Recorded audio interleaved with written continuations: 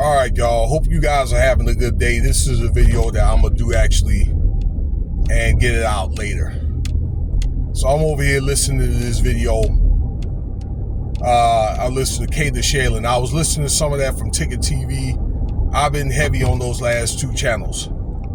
And by the way, like, share, subscribe, please. Cash App $ Winston Spivey if you want to donate. And thanks for your time.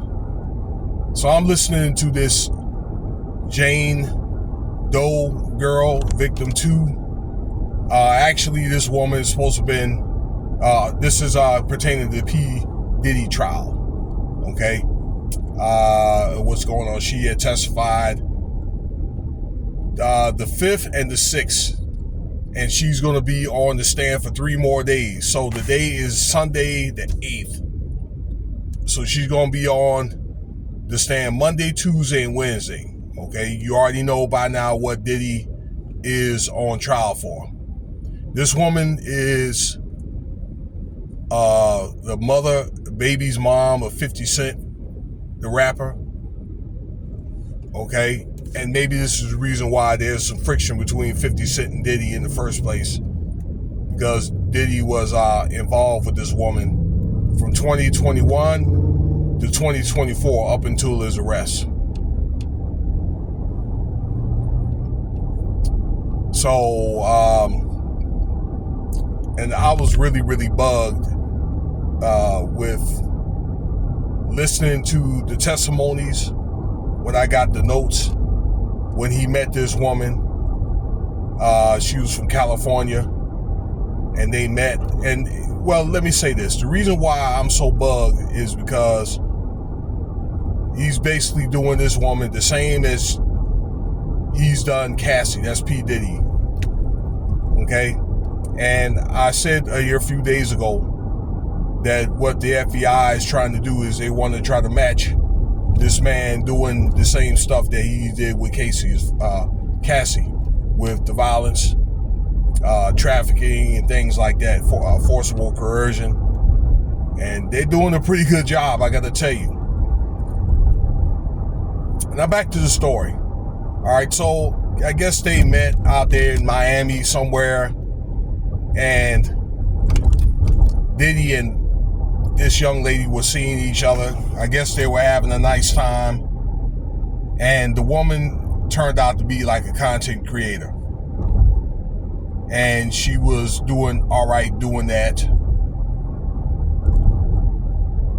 And Diddy was paying her and things like that, okay, to do things. Next thing you know, he wanted to do the freak offs, all right, in so many words.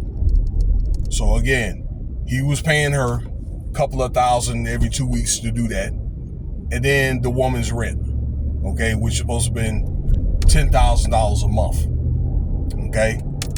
And I don't know, we'll get around to talk about the violence, but they would do the same stuff every week, okay, where there'd be substances involved. Diddy would let her know where these freak offs would be, and I guess she had to be ready at a drop of a hat's notice, and they'd do their thing and all that, and she would do it to please Diddy, okay? Whether she's a freak herself and she wanted to do some of the stuff, you know, at her own will or not, that's one thing. But I guess it got to a point to where she got tired of doing it, and she was probably like, look, you know what? I don't want to do it anymore. When I want to spend my time, I want to spend it with him, Diddy, and things like that. And Diddy started getting violent. All right? I thought there wasn't any violence in this case, but he claimed that, or the woman Jane Doe, I'm sorry, had claimed that Diddy had kicked down the door and things like that a couple of times. Okay, when she ran around in her apartment and was beating on this girl.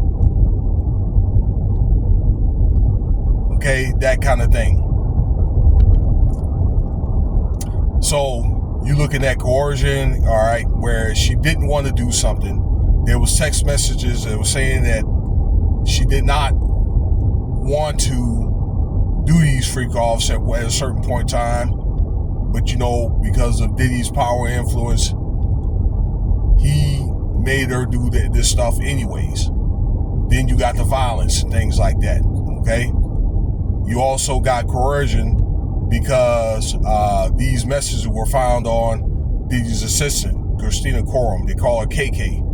Her phone is being like, look, you know what? That I got some tapes or whatever that of this Jane Doe girl that he was ready to release if she were to leave Diddy, okay, to try to ruin her content creating career, okay, if she were to go back to that. Okay? There was also text messages. Not text, I'm sorry. There was voicemail with Diddy that was saying, look, you know what, I'm too old to be doing this or whatever, okay?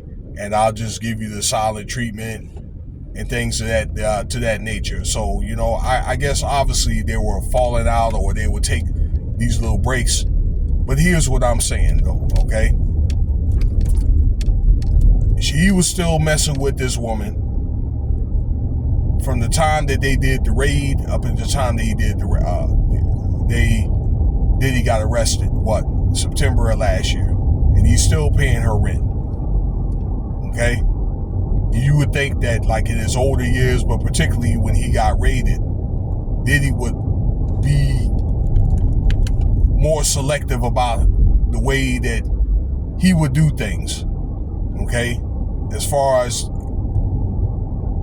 his movements, because I think that he knew that the FBI was watching him and things like that. People would probably try to consult Diddy. They'd be like, you know what? To do things slightly different and not to do anything to where he could get caught up for these allegations and things like that. And you know what? Diddy just went on to do the same old stuff anyway. But particularly if like the last, year and a half, okay? What he wants to do with his money is his business. If he wanted to pay her rent and things like that, I don't know, give her allowance or, I look at that as a kept woman.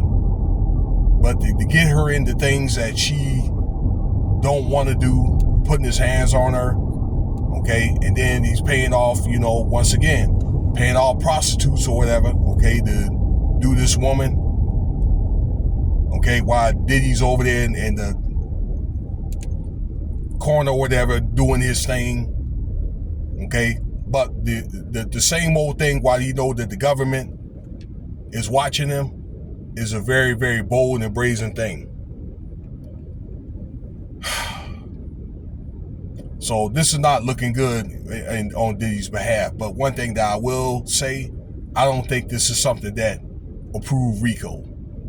So this will be part 1 of this video here. I'll probably try to get part 2 of it out after I listen to some more notes of this testimony. I'll get back with y'all. All right? Y'all have a nice day.